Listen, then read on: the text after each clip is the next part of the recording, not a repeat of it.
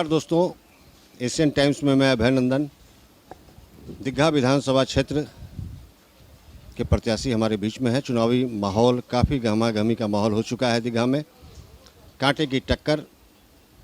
और ऐसे में यहाँ के एक प्रत्याशी हमारे बीच में है जो सामाजिक कार्यकर्ता भी हैं। पूरे पटना शहर में उनका काफ़ी नाम है। परिचय उनका आपसे मैं कराऊंगा। गंगा पुत्र के नाम से ये जाने जाते हैं। गत है श्री गुड्डू बाबा जी का। गुड्डू बाबा नमस्कार। ऐसा है गुड्डू बाबा, आप इस बार पहली बार चुनाव में लगता है आए हैं। इस विधानसभा चुनाव में बहुत सारी बातें हैं जो कि नई उभर के आएंगी। पिछले 15 साल का कार्यकाल भी देखा लोगों ने, उसके पहले भी 15 साल का कार्यकाल लोगों को मालूम है। किस मंशा से आप इस चुनावी यात्रा को आप शुरुआत करने जा रहे हैं? मैं विवश किया गया हूँ चुनावी मैदान में उतरने के लिए, क्योंकि हमने पहली जनहित याचिका 21 जुलाई 2000 को पटना उच्च न्यायालय में दायर किया था। उसका एक बड़ा फलाफल बता रहे हैं कि 355 की पावरोटी हमने हाईकोर्ट में दिखाई थी 2001 में। 25 रुपये हमने कोर्ट के माध्यम से करवाए थे। 2007 में 50 रुपये हमने करवाए।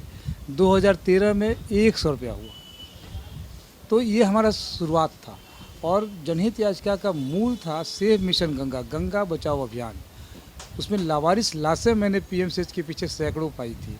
उसके लिए ऐतिहासिक एक फैसला आया हमारे केस में 16 मार्च 2001 को कि लावारिस लाशें राज्य सरकार की जवाबदेही है। उनका निष्पादन जो है सामाजिक प्रतिष्ठा और धार्मिक रीति रिवाज से करना है। तो वहाँ से जो मेरा संघर्ष शुरू हुआ, आज 81 जनहित याचिका इस देश में गुड्डू बाबा से ज़्यादा किसी का नहीं है। और विशेष बात यह है कि मेरे पास वकालत की डिग्री नहीं है। गुड्डू बाबा ने एक जिद किया 2001 को, 21 जुलाई 2000 को, और आज तक उस जिद पर कायम है। और मुझे जैसे महात्मा गांधी को सत्य पर चलने का मार्ग मिला था, वैसे ही गंगा को बचाने के लिए जब मैं गया तो हमने अपना पूरा जीवन गंगा के लिए दिया। गंगा पुत्र, आपने सही कहा है, गंगा के पुत्र भी लोग कहते हैं। और बीबीसी ने मुझे कई बार कहा है गंगा का सिपाही, गंगा का पहरेदार। जी, गंगा का सिपाही, गंगा का पुत्र, जो भी हो, लेकिन इस चुनाव में आपका आने का क्या प्रयोजन था? क्यों आप चुनाव लड़ना चाह रहे हैं? 2-4 इम्पोर्टेंट केस बता रहे हैं। इस राज्य ने कई चीफ मिनिस्टर दिए जो पटना विश्वविद्यालय से पढ़े, लेकिन आज पटना विश्वविद्यालय की गरिमा उसके लायक नहीं बची है। उसके जितने छात्रावास हैं वो अपराधियों के अड्डे बना दिए गए।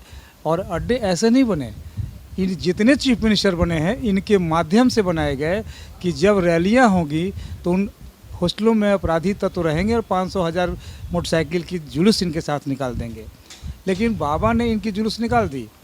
बाबा ने क्या किया कि हमें जैसे ही जानकारी मिली, लोग मुझे जानकारी देते रहते हैं, मैं नाम नहीं बताऊंगा, पटना विश्वविद्यालय के केचोडी ने मुझे बुलाकर कहा कि गुड्डू बाबा इतना बड़ा काम करते हो, इस यूनिवर्सिटी को बचा लो।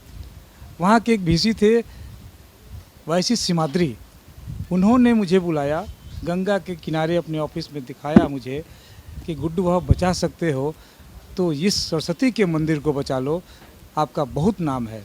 हमने उनके साथ बात की और पटना विश्वविद्यालय जो अपराधियों के अड्डे बने हुए थे, बम बनाने के कारखाने बने हुए थे, आपको आश्चर्य होगा कि उसके लिए मुझे यह भी कहा गया था अपराधियों के द्वारा कि सिक्के उछाले जाते हैं मर्डर के। तो हमने ये कहा था कि ये पता करके आ जाना कि किसके नाम के सिक्के उछाले गए हैं कि उसका मर्डर नहीं होगा, ये बता देना मुझे। मैंने संघर्ष किया, जिलाधिकारी पटना, एसपी कई बार छापेमारी किए, असामाजिक तत्वों को हटाया गया। और आज सैदपुर हॉस्टल जो मुझे लगता है कि बिहार का सबसे अच्छा हॉस्टल बन चुका है। सारे हॉस्टल में अब शैक्षणिक वातावरण कायम हो रही है, शिक्षकों के पद रिक्त थे। मैंने पटना यूनिवर्सिटी बर्बाद हो रहा था। कोर्ट का कमेंट था ऑनरेबल जस्टिस नवनीति प्रसाद का कि जानवर भी इस छात्रावास में नहीं रहेंगे। आदमी की तो बात छोड़ दीजिए। ये बहुत ही नेक काम गुड्डू बाबा आप लगातार करते आ रहे हैं, लेकिन क्या आपको नहीं लगता है कि आज के परिवेश में लोग पार्टी पर ज़्यादा ध्यान दे रहे हैं, न कि पात्र पर ज़्यादा ध्यान देते हैं? क्या आपके विचार से क्या होना चाहिए? लोग पार्टी को वोट दें या पात्र को वोट दें, कैंडिडेट को वोट दें? ये गुड्डू बाबा दीघा से शुरुआत कर रहे हैं देश में एक बड़े आंदोलन का। मेरा मानना है कि मुट्ठी भर लोगों ने लोकतंत्र पे कब्जा कर लिया है। लोकतंत्र आज लोगों ने उद्योग बना दिया है और राजनीति जो करने वाले लोग हैं ये राजनीतिक मठाधीश बन चुके हैं। तो मैंने संकल्प लिया है कि विधानसभा तो एक चुनाव लड़ना एक बात ये है, नियति है, लेकिन आंदोलन मैं खड़ा कर रहा हूँ दीघा से कि आने वाले समय में इन राजनीतिक उद्योगपतियों का, जिन लोगों ने उद्योग बनाया है, इनका उद्योग को ध्वस्त करेंगे, राजनीतिक विरासत को ध्वस्त करेंगे और गांव-गांव में खोज करके सामान्य परिवार के बच्चे, किसानों के बच्चे, गरीबों के बच्चे, इनको मैं चुनाव में कैसे लाया जाए यह मैं प्रयास करूँगा। गुड्डू बाबा, एक बड़ा ही प्रश्न मेरे दिमाग में कौंता है जो बड़ा असहज लगता है कि मतदान 50% होता है, 50 से 60%। पूरे देश का देखिए, मूल बिहार का भी वही है डाटा। अगर 50% ही मतदान होता है तो बाकी के 50% जो वोट है, जो आबादी है, उनका क्या है? मतलब कि 50% की आबादी का ही ये सरकार बनता है देश में। क्या इस पर आप ये नहीं कहेंगे कि पूरा लोकतंत्र में हर लोग वोट नहीं देने जाते हैं, 50% पर ही सरकार चुन ली जाती है? इस पर आप क्या कहना चाहेंगे? इलेक्शन कमीशन, मैं चुनाव जो लड़ रहा हूँ बहुत अनुभव में प्राप्त कर रहा हूँ। इलेक्शन कमीशन इस देश में लोकतंत्र की रक्षक है, बैकबोन है, लेकिन उसमें बहुत सारी कमियां मुझे दिखी हैं। 10,000 रुपये मैंने भी शुल्क जमा किए, मुझे वोटर लिस्ट नहीं दी गई। मौलिक अधिकार का पहला हनन। पार्टियां को मुफ्त में दिया गया वोटर लिस्ट।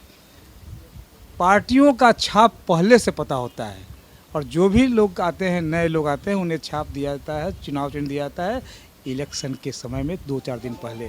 मैं इस असमानता को दूर करने के लिए संघर्ष करूंगा और मैं मांग करूंगा इलेक्शन कमीशन से, देश की मैं इसके लिए जनहित याचिका दायर करूंगा कि कोई भी ऐसा नागरिक जो 2 बार चुनाव में मत नहीं देता है, उन्हें किसी भी सरकारी डिपार्टमेंट में है तो उन्हें वहाँ से निकाल बाहर करना चाहिए, क्योंकि वो देश के नागरिक कहलाने के लायक नहीं है।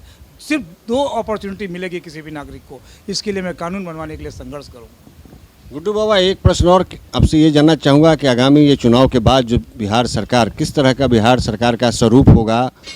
कैसे लोग आएंगे, कैसे प्रत्याशी आएंगे, किस तरह का स्वरूप होगा हमारे बिहार सरकार का? क्या बिहार का इससे कल्याण होगा? इस बात पर अब 2 शब्द आपसे जानना चाहूँगा। देखिए, इस मामले में मैं थोड़ा स्वार्थी हो चला हूँ। स्वार्थी इसलिए मैं कह रहा हूँ कि 243 सीट जो है, दीघा के लोगों ने मुझे अपनी आवाज़ बनाई तो 242 पर मैं भारी पड़ूंगा। जिस तरह से 1998 से मैं फाइट अगेंस्ट करप्शन, समाज को सुधारने का काम कर रहा हूँ, वैसे ही जो राजनीति में गिरावट आई है, मैं वहाँ पर एक संस्कार देने का काम करूँगा और लोगों से पूछूंगा, किसी पार्टी का मुख्यमंत्री बनेगा, मैं पूछूंगा उससे, माननीय मुख्यमंत्री जी, हमारे राज्य को ड्रग माफियाओं से कब मुक्ति दिलाएंगे आप? राशन माफियाओं से मुक्ति कब दिलाएंगे आप? हमारे जो गरीब गुरबे बांधों पर, नालों पर वर्षों से ज़िंदगी जी रहे हैं, उन्हें कब आप छत देंगे सर पर? क्योंकि माननीय प्रधानमंत्री ने थाली बजवाया, दीपक जलवाया, लेकिन मैंने उस समय दिखाया था दीघा पटना रोड में कि लोग बांधों पर, नालों में रह रहे हैं, उनके छत पर छत नहीं था। मैंने वादा किया है गरीबों के बीच में जाकर कि मेरे ऐसे जनप्रतिनिधि मैं बनूं या ना बनूं। मैं 81 जनहित याचिका कर चुका हूं और अभी तक दीघा विधानसभा क्षेत्र की समस्याओं को कलेक्ट कर रहा हूं। मैं ये मुद्दा बनाऊंगा, हमारे क्षेत्र में कोई भी गरीब गुरबा वो बांधों पर, नालों पर लटक कर नहीं रहेगा। सीओ पटना को मैंने कह दिया है कि आप गरीब मजदूरवा ज़मीन की लिस्ट सौंप दीजिए। मुझे पता है कि यदि मैं सीरियस हो गया तो इस राज्य के कई अंचल अधिकारी और सीओ जेल चले जाएंगे, क्योंकि इन लोगों ने सरकारी ज़मीनों की लूट मचाई है इस राज्य में। मैं गरीबों के लिए ज़मीन को लूटूंगा नहीं, सिस्टम से मैंने इन्हें दिलाऊंगा। बहुत अच्छा लगा गुड्डू बाबा आपसे बात करके। निश्चित रूप से आप समाजसेवी हैं और लगातार काम कर रहे हैं। आप जीते या न जीते, लेकिन समाज सेवा आपकी लगातार होता रहेगा। जनता की यही उम्मीद आपसे भी है। आइए कुछ प्रतिक्रिया जानना चाहते हैं दोस्तों। यहाँ पे हमारे साथ फुटपाथ दुकानदार यूनियन के अध्यक्ष श्री भूपेश गुप्ता जी हैं। भूपेश जी, जरा आप ये बताएं कि इस बार आप किसको वोट देंगे? हम गुड्डू बाबा के वोट देंगे, इसलिए कि गुड्डू बाबा बहुत काम किए हैं। हमने पेपर में देखा, हमारे पास कटिंग भी है। गरीबों के लिए ये जान देने के लिए भी तैयार है। अभी क्या बोले हैं अपना भाषण में, फुटपाथ दुकानदार के लिए 2014 में कानून बना, अभी तक कानून का लापरवाही है, उजाड़े जा रहे हैं, लूटे जा रहे हैं। बहुत फुटपाथ दुकानदार का स्थिति गंभीर है। उसके बाद पटना सुंदर बनाने के नाम पर पूरे गरीब को नाले से मोरे से जहाँ तहाँ उजाड़े जा रहे हैं। तो इनको बसाने का अगर काम गुड्डू बाबू ने लिया है, हाई कोर्ट में जाएंगे, कानून भी है, हर इंसान को जीने खाने का अधिकार है, संविधान में भी अधिकार है। बहुत अच्छी बात कही आपने। और कुछ लोगों की और मैं प्रतिक्रिया जान लूं। इस बार किसको वोट दे रहे हैं आप? क्यों? यहाँ पे तो बड़े बड़े प्रत्याशी खड़े हैं, बड़ी बड़ी पार्टियां हैं, गुड्डू बाबा को ही क्यों देंगे? इसलिए कि गरीबों के नेता हैं, गरीब को मदद करते हैं। गरीब को मदद करते हैं, गरीबों के नेता हैं, ऐसा लोगों का मानना है। अच्छा, जरा आप चाय पी रहे हैं, ये बताइए इस बार वोट किनको दीजिएगा? गुड्डू बाबू को देंगे सर। गुड्डू बाबा को दीजिए।